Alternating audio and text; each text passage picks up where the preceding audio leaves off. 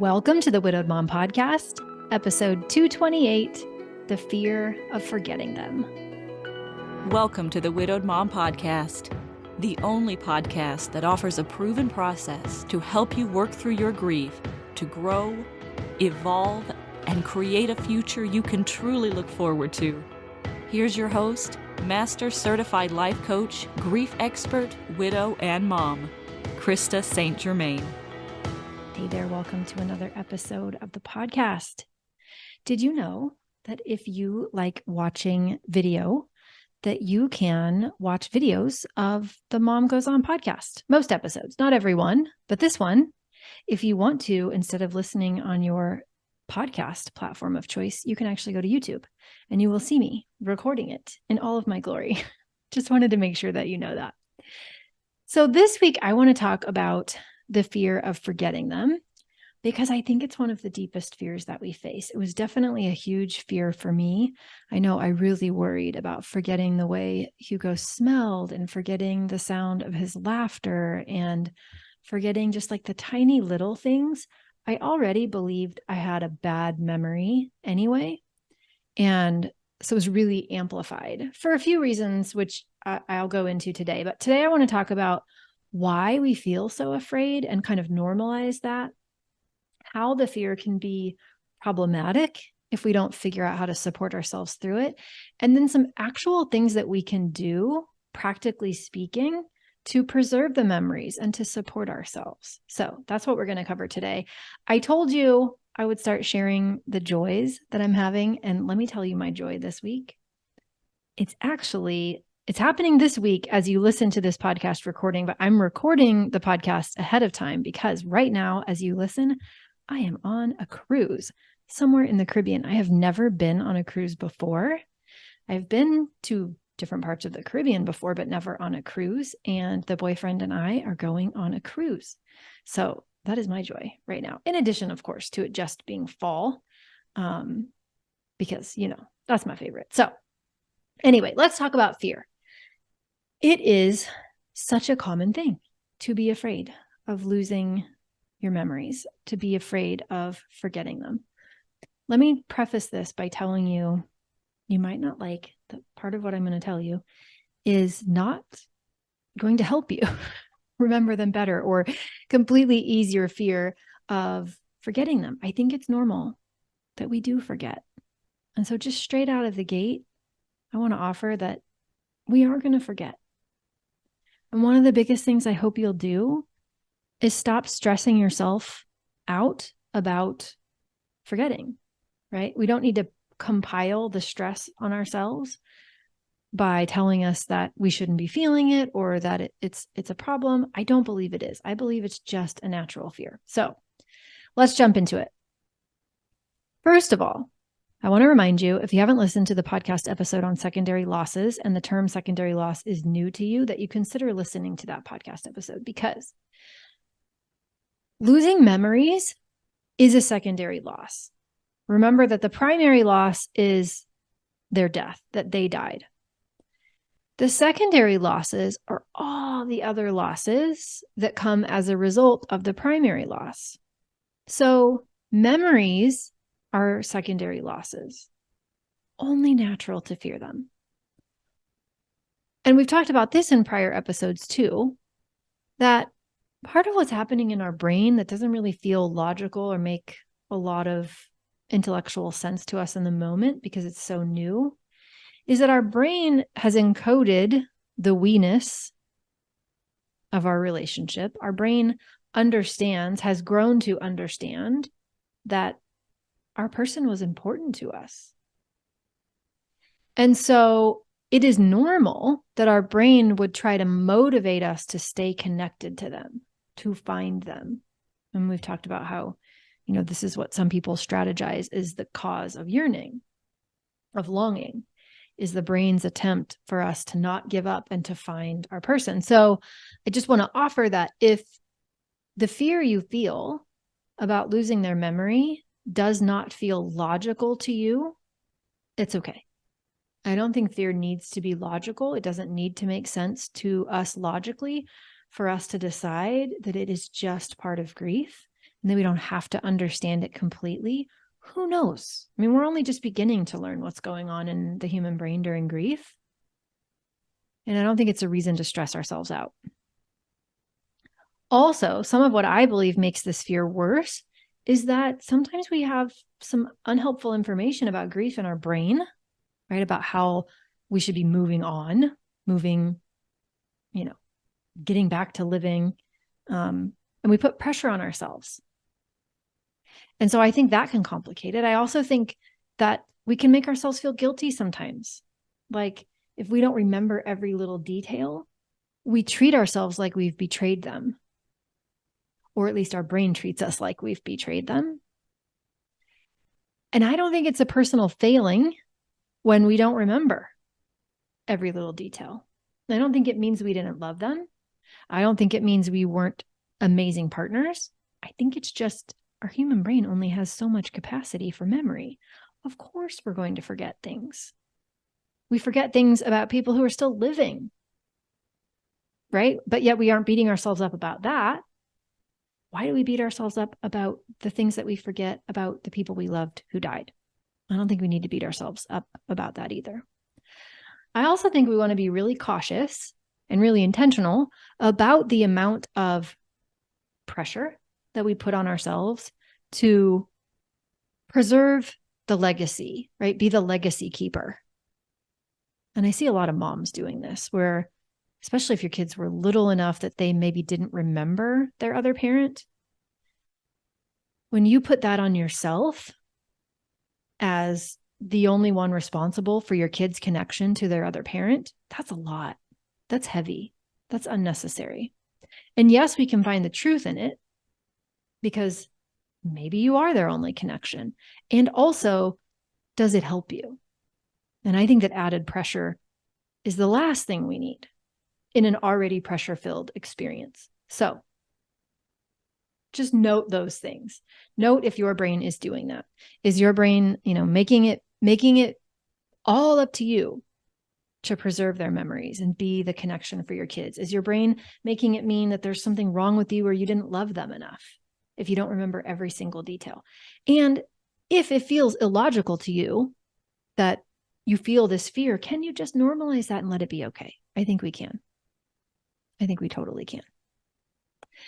Furthermore, we have the complications of widow fog for some of us. Not everyone has really intense grief fog, but most of us do have it. And so at a time when we're able to think less clearly than ever before, tends to be the time that we put the most pressure on ourselves to think more clearly than ever before. Not helpful. So if we could cut ourselves some slack, that'd be great. That'd be great. So I want to give you some tangible strategies that I think you can use to preserve memories. One of the things that I did is I journaled a lot in the early days. And this was what felt good to me. I wrote to Hugo specifically, Dear Hugo. And I would tell him about my day and I would tell him about my fears. And I told the story of what happened in terms of him dying. I just wrote it all out. And then I made a big bulleted list, like everything I could think of. And I kept adding to it of all the memories, all the things I was afraid to forget and didn't want to. Little things, big things, just anything I could remember. Since then, I actually created a journal. It's called Memories That Matter, which I'm going to make it is available to you, but I'll tell you how you can get it. And it's got 100 journal prompts in it. And I really wish I would have had those at the time, because since then I've thought of so many things I would have asked myself to write down the details about while they were more fresh. I only created this journal a year ago, maybe. I'm not sure exactly, but it's fairly recent, and Hugo died in 2016. So wish I had had these questions. So I'm going to make this available to you. We'll put a link in the show notes, but it's coachingwithkrista.com/memory journal. And it is a digital product, not a physical one. You actually have to, you buy it, you download it, and then you print it. We can give you suggestions on where to get it printed, or you can fill it out. You can just hand write the journal prompts if you want into your own journal. You don't have to actually print this one if you don't want to, but I highly recommend that if this is a fear of yours, that you get this journal It's well worth the price, in my opinion. We've made it very affordable. And actually, I don't know what we're going to do because I'm recording this a little bit in advance.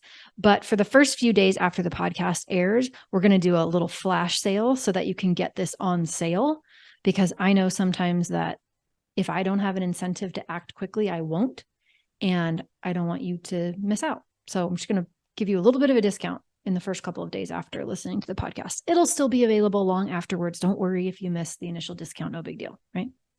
But memories that matter, I think will be really helpful for you. If you don't get that, just write it down. Write down everything you can think of. What were the silly little things that they said? What did they tease you about? What were the inside jokes that you shared? What do you remember that they smelled like? Can you describe that to yourself and write it down? What were the things that just made them so quirky?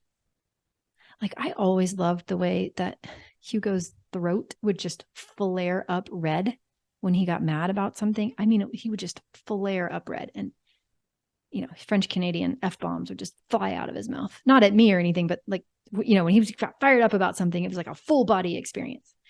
And I loved writing that down.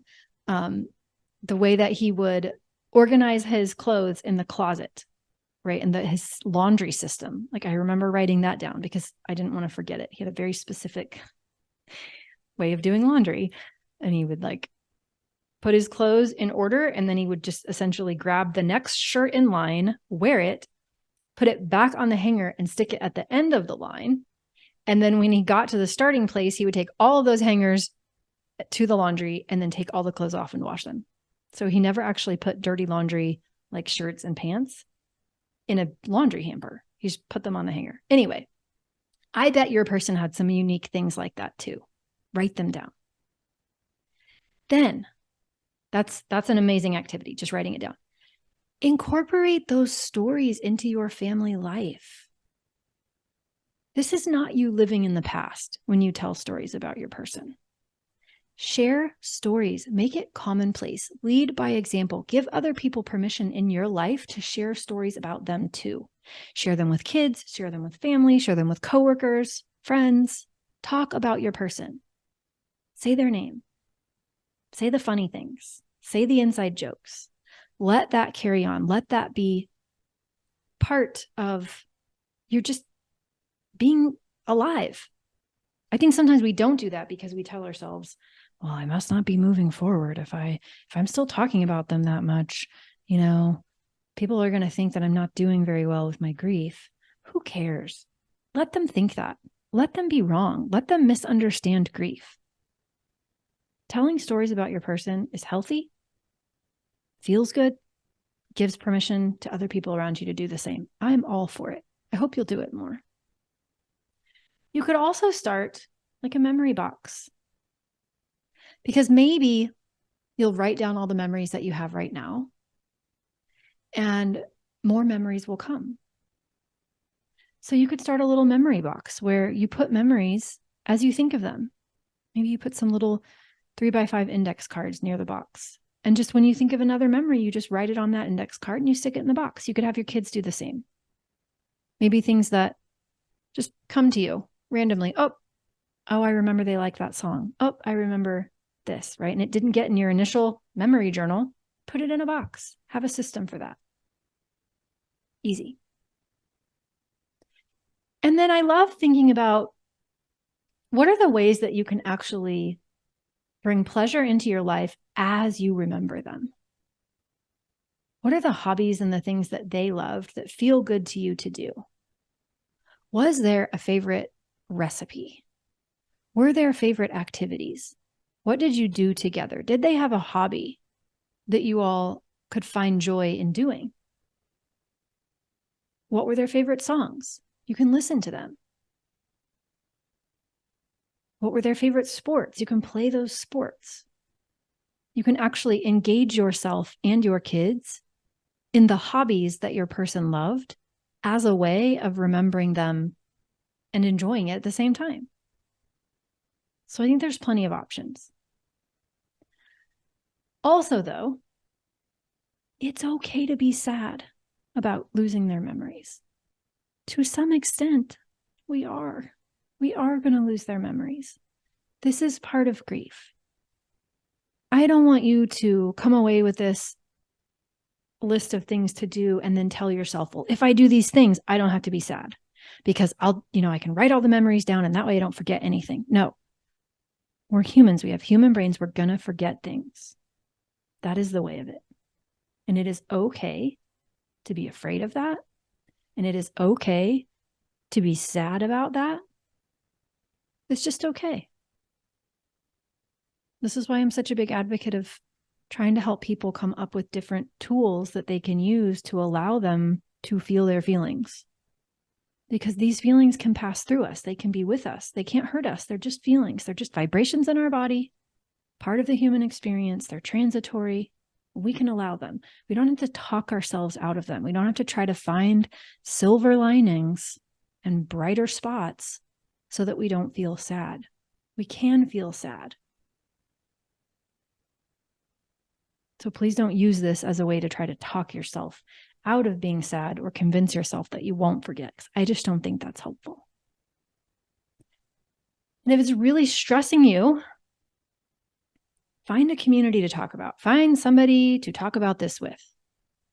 This is, in Mom Goes On, one of my very favorite things. We just had a coaching call not too long ago. And without sharing any details, the woman who came to the call, she's experiencing a secondary loss.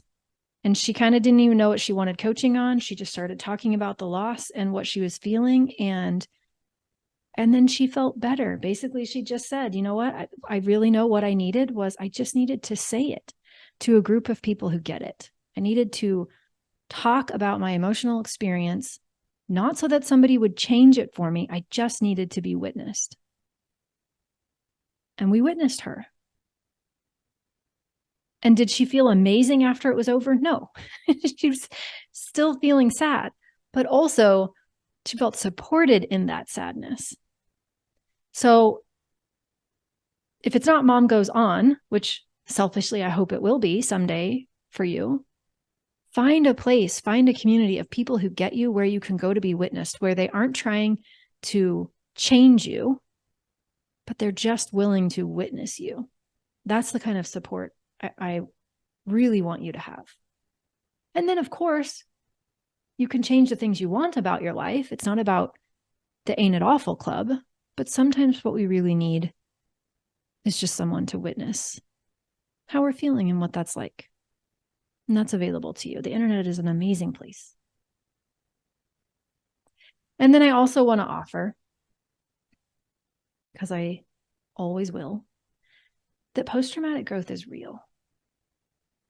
Post-traumatic growth can still happen even if your memory doesn't allow you to retain every little detail of their lives. Post-traumatic growth just means we get to choose our response to anything that happens to us. We get to live a life that's more aligned with our values at any point in time. And something like the loss of a spouse is sometimes the impetus for that, where we go, oh, wow, if life is this short and precious, am I living the way that I want to live? And if not, what needs to change? And that kind of growth, in my opinion, honors their memory. That kind of choosing who you want to be in this next chapter of your life is a way that you will bring them with you in your future. It's not how you move on from it. It's how you move forward with it. And I know that for me, that has felt really good. So I offer that to you. So you're going to forget some details. Let yourself feel how you feel about that. It's okay if you feel fear. It's okay if you feel sadness. This is a normal part of grief. And there are some steps you can take to preserve those memories. And doing so doesn't mean you're living in the past. Doesn't mean you're stuck in your grief. It just means you're figuring out ways to support yourself and do something that's important to you. And all of those things are available to you. All right. I hope this helped you. If you'd like to get your hands on the Memories That Matter journal, you can go to coachingwithkrista.com/memory journal, and we'll have it there for you, a little discount for the next few days, just so that you will go check it out and not wait. And I hope it helps you. I had a lot of fun putting it together. It made my heart really happy. So, all right. I love you. You've got this. Take care, and I'll see you next week. All right. Bye-bye. If you like what you've been hearing on this podcast and want to create a future you can truly get excited about even after the loss of your spouse, I invite you to join my Mom Goes On coaching program. It's small group coaching just for widowed moms like you, where I'll help you figure out what's holding you back and give you the tools and support you need so you can move forward with confidence. Please don't settle for a new normal that's less than what you deserve. Go to coachingwithkrista.com and click Work With Me for details and next steps. I can't wait to meet you.